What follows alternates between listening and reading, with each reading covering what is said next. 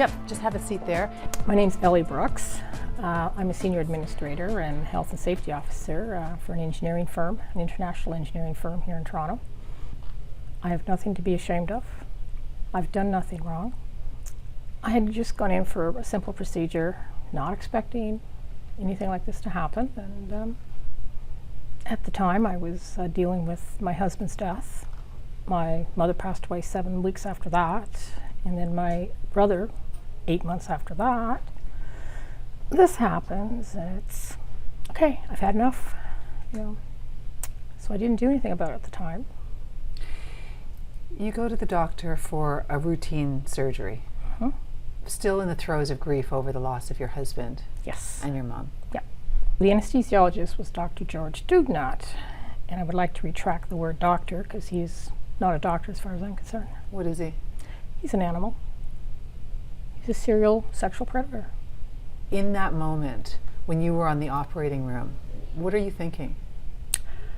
When I came out, I came out of the anesthetic at a certain point, the first thing went through my mind was, he's checking the wrong side of my chest for my heart. I thought it was a stethoscope. And as I came out of it more, I realized, time out, it's not a stethoscope.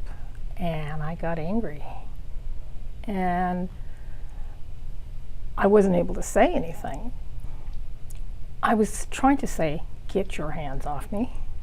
I don't think anything came out sounding like that, but as soon as I was trying to fight back, even verbally, he put me under again. And I don't know how much time had passed, but I don't think it was too long, and I came out of it again, and he was still doing what he was doing. What was he doing? I'm a cancer survivor, and my left breast is a total implant. And it was like he was comparing the two. He was squeezing very hard on the left side, and then he would go to the right side and squeeze. It was like he was trying to compare them. And it's like, get your hands off of me. And I know the second time when I came to, I tried to lift my right hand up to smack him, but my hands were tied down, and I couldn't. So I'm still mumbling, and I'm still trying to say, get your hands off me. And he put me out again. I know there was at least 3 occasions that I woke up total, and he was still doing it.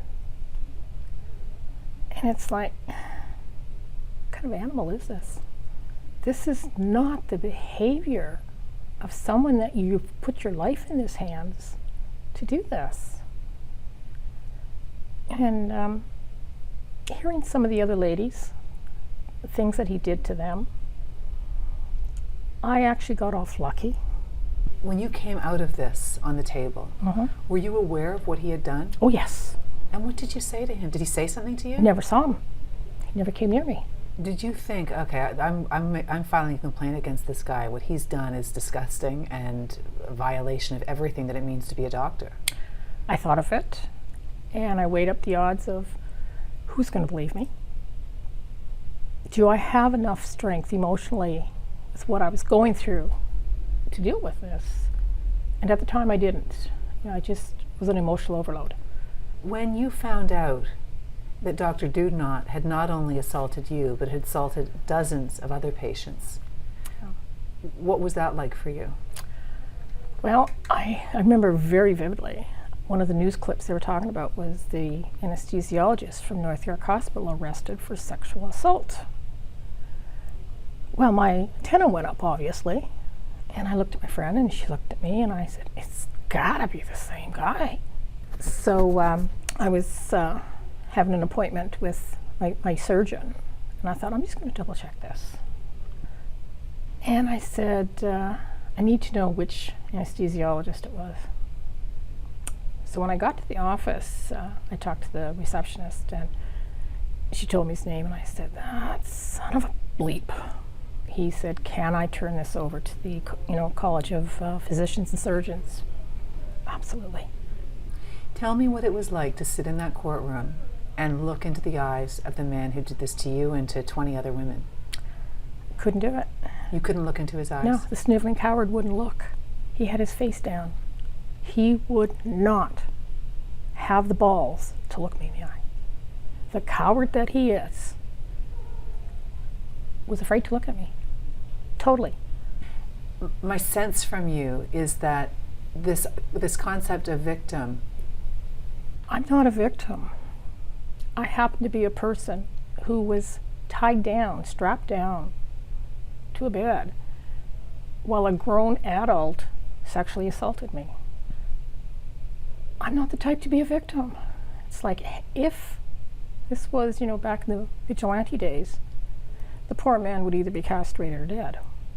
You feel huge amounts of anger towards this man. Absolutely, absolutely. Explain it to me. I think just simplified. This is my body, mine and mine only. I will determine who and who cannot touch me. And if you had to characterize this man, what would the words be that you would use? Humanoid blob of flesh. He is not a man. Real men do not do this. At all. A doctor does not do this. A decent human being of any sex does not do this. He's a coward. And in my opinion, he figured he was untouchable. I mean, there was 2 cases brought before the hospital. The hospital ignored it both times. So he felt he was untouchable. What verdict would have satisfied you? 25 years. No chance of parole for 20. May he rot in the penitentiary. My fondest desire, which is not a nice thought, but I would like to see him sexually assaulted in the penitentiary so he can know the feeling of being tied down and sexually abused and having somebody stuff their penis down your throat. Lose his power where he can't fight back. That would be justice. Total justice. The fact that he is walking the street since November is stabbing us in the back. He was found guilty. November 19th, I believe, was the date. Why was he allowed to walk out of the courtroom? He was found guilty of 21 charges, sexual assault. The average person would have gone straight from the courtroom in handcuffs to jail. Why was he allowed to walk out? And then last week, why was he allowed to spend the last 2 weeks out when the Crown Attorney said, I want the bail revoked? Now, is that the law of the land, a law for the rich, a law for the poor? The average blue-collar working person would not have walked out in November. There's no way. And when you sat there and listened to the other women talk about how this man, these events have changed their lives, what was that like? At one point, I thought I might have to leave the room and vomit. It was so nauseating. Some of them, they just can't get over it. They can't sleep. They can't eat. One lady can't sleep with her husband in the same room. They're not dealing with their children in the same way. They're not as loving and as attentive. He stole that from him.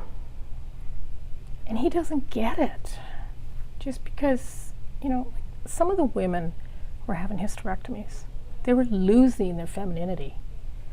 They were walked into that OR with the belief that they're not going to be a full female anymore.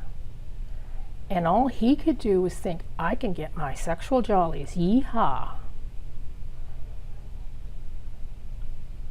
I'm starting to build again here. It's like I want to hurt. So, You want revenge. oh, big time. I want to see him suffer. This man took so much away from you and from 20 other women. And part of your wanting to sit here and show your face and say your name is, I want to let them know they're not alone. I want to let them know they did nothing wrong. They do not need to be ashamed, embarrassed. They need to be able to stand up and say, you did this. May you rot in hell, but I am a stronger, better person. So stand up. Say you're strong. Don't let him win. If you let him win, you're defeating yourself. Don't defeat yourself. Because that publication ban that's meant to protect you also, in a way, gives power to Doodnaught. Oh, absolutely. Because it keeps you quiet and keeps you shrouded. Yeah. I mean, in the news, here is a man whose face has been shown all over, and 21 women who no one knows who they are.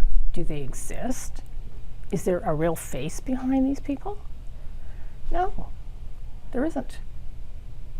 I think the best thing for everybody involved is to have all 21 women stand up, look at the press and say, I'm one, I'm two. We are people, we're human, look at us. This animal did this to us, not to a faceless person, not to a nameless person, but to us. Just stand up and say, no, I did nothing wrong.